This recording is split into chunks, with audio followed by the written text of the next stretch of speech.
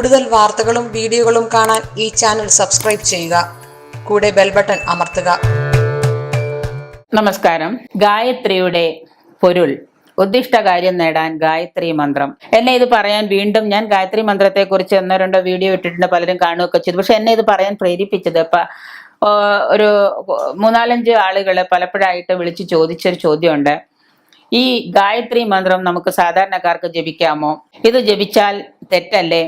ഗായത്രി മന്ത്രത്തിന്റെ ഓം എന്ന അക്ഷരം പോലും പ്രണവമന്ത്രം ഉച്ചരിക്കാൻ പാടുള്ളതാണോ എന്നെല്ലാം ചോദിച്ചു. ഗാനം ചെയ്യുന്നവനെ രക്ഷിക്കുന്നത് എന്നർത്ഥം ഗാനം എന്ന പദത്തിന് പാട്ട് എന്ന അർത്ഥമല്ല. ഗായത്രി മന്ത്രത്തില് ഗാനം ചെയ്യുന്നവനെ രക്ഷിക്കുന്നത് എന്ന അർത്ഥം വരുന്നു. ഗാനം എന്ന് പറഞ്ഞാൽ നമ്മളെല്ലാവരും ധരിച്ചു വച്ചിരിക്കുന്നത് പാട്ട്, യേശുദാസിന്റെ ഒക്കെ പാട്ട് എന്ന. ഗായത്രി മന്ത്രം പാട്ട് പോലെ പാടുക എന്നുള്ളതല്ല ഇവിടെ പറയുന്നത്. ജപം എന്ന് മാത്രമാണ് ആ പദം കൊണ്ട് വിവക്ഷിക്കുന്നതും അർത്ഥമാക്കുന്നതും. ഗാനം എന്ന് പറഞ്ഞാൽ ജപം എന്നുള്ളതാണ് ഇവിടെ അർത്ഥമാക്കുന്നത്. വിശ്വാമിത്രനായിരുന്നു ഈ ഗായത്രി മന്ത്രത്തിന്റെ മഹത്വം നമുക്കൊക്കെ കാട്ടിത്തന്നത്.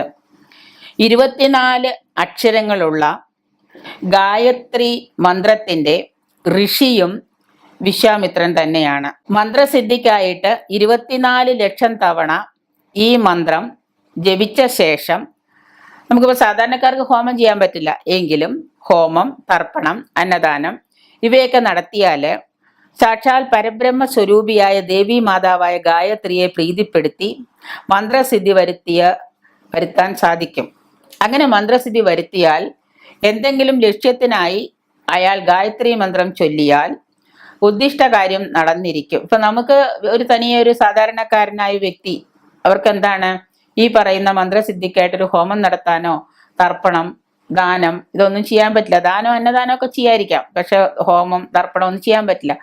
എങ്കിലും നമ്മൾ 24 അക്ഷരങ്ങളുള്ള ഗായത്രി മന്ത്രം 24 ലക്ഷം തവണ നമ്മൾ ജപിച്ചിട്ട് ഒരു ഗുരുവിന്റെ സാന്നിധ്യത്തിൽ അവർ അർച്ചന ചെയ്യുമ്പോൾ, ഹോമം ചെയ്യുമ്പോൾ നമ്മൾ ഇരുന്ന് തർപ്പണം ചെയ്യുകയും ജപിക്കുകയും ഹോമം ഗുരു ചെയ്തോട്ടെ. ഒരു സ്വാത്വികനായ ഗുരുവിനെ കൊണ്ട് ചെയ്യിക്കുക, അല്ലെങ്കിൽ ഒരു സ്വാത്വികനായ ബ്രാഹ്മണനെ കൊണ്ട് ചെയ്യിക്കുക. അങ്ങനെ ചെയ്തു കഴിഞ്ഞാൽ ദേവി മാതാവ് ഗായത്രിയെ പ്രീതിപ്പെടുത്തിയിട്ട് നമുക്ക് മന്ത്രസിദ്ധി വരുത്തും.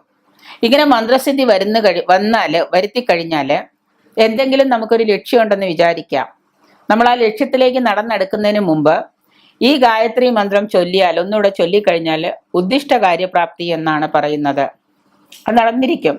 സർവ്വ പാപങ്ങളും അകലാൻ ഒഴുകുന്ന വെള്ളത്തിൽ നിന്ന്, നല്ല ഒഴുക്കുള്ള ഒരു പുഴ, ഇറങ്ങി നിന്നിട്ട് ഗായത്രി 1008 ജപിക്കുക.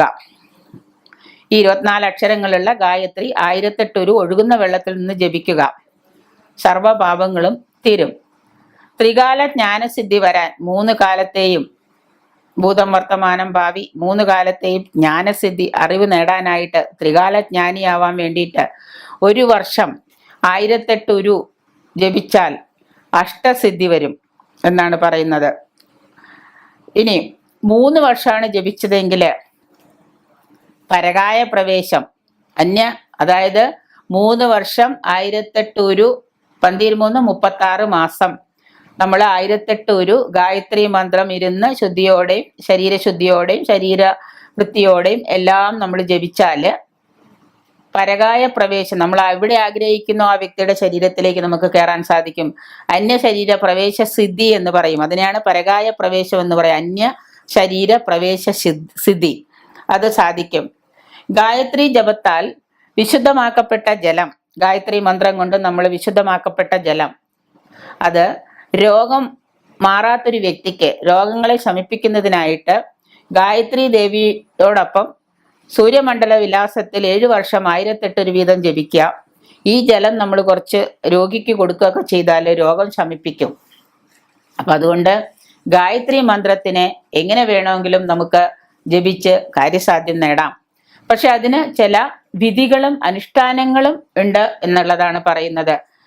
ഗായത്രി മന്ത്രം രോഗശമനം, ആത്മവിശ്വാസം ഉണ്ടാക്കല്, നിർഭയത്വം, പേടിയില്ലായ്മ, സുഖകരമായ ഭാര്യാഭർത്തൃബന്ധം, ഭാര്യയും ഭർത്താവും തമ്മിൽ വഴക്കടിച്ച് പിരിഞ്ഞ് അവരുടെ കുടുംബജീവിതം താറുമാറാവുന്ന സമയത്ത് ഭാര്യ ഭർത്താവോ ഇങ്ങനെയൊക്കെയുള്ള കാര്യങ്ങൾ ഗായത്രി മന്ത്രമൊക്കെ വിധിയാമണ്ണം അനുഷ്ഠിക്കുകയൊക്കെ ചെയ്തു കഴിഞ്ഞാൽ സമ്പത്ത്, ലൈംഗിക പ്രശ്ന പരിഹാരം, അതിനാണല്ലോ കാമബാണേശി ഗായത്രി, കാമഗായത്രിയൊക്കെ ജപിച്ചു കഴിഞ്ഞാൽ ഭാര്യ ഭർത്താക്കന്മാരുടെ ഇടയിൽ ലൈംഗിക പ്രശ്നങ്ങളൊന്നും ഉണ്ടാവില്ല.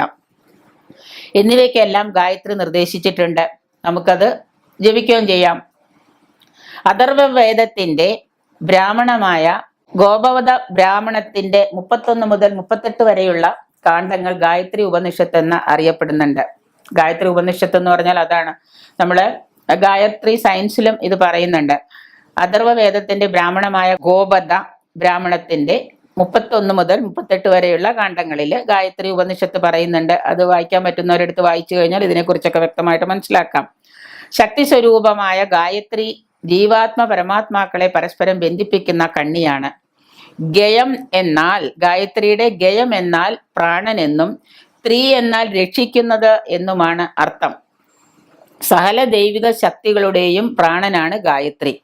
എല്ലാ ദൈവശക്തികളും ഗായത്രിയിൽ നിന്ന് ലയിക്കുന്നു എന്നാണ് പറയുന്നത്. ജപിക്കേണ്ട വിധം എന്ന് പറഞ്ഞാൽ സംശയം ഇതാണ് ആളുകളുടെ. ഇതെങ്ങനെയാണ് ജപിക്കേണ്ടത്, എപ്പോഴാണ് ജപിക്കേണ്ടത് എന്നുള്ളതാണ്. ജപിക്കേണ്ട വിധം എന്ന് പറഞ്ഞാൽ രാവിലെ 8 മണിക്ക് മുമ്പോ വൈകുന്നേരം 6-നും 8-നും ഇടയ്ക്കോ. രാവിലെ 8 മണിക്ക് മുമ്പായിരിക്കണം ഗായത്രി ജപിക്കേണ്ടത്. വൈകുന്നേരം 6-നും 8-നും ഇടയ്ക്കുള്ള സമയത്തോ ഗായത്രി ജപമാകാം എന്നാണ് വിധി. സുഖാസനത്തിലിരുന്നായിരിക്കണം ജപിക്കേണ്ടത്. നിലത്ത് അല്ല.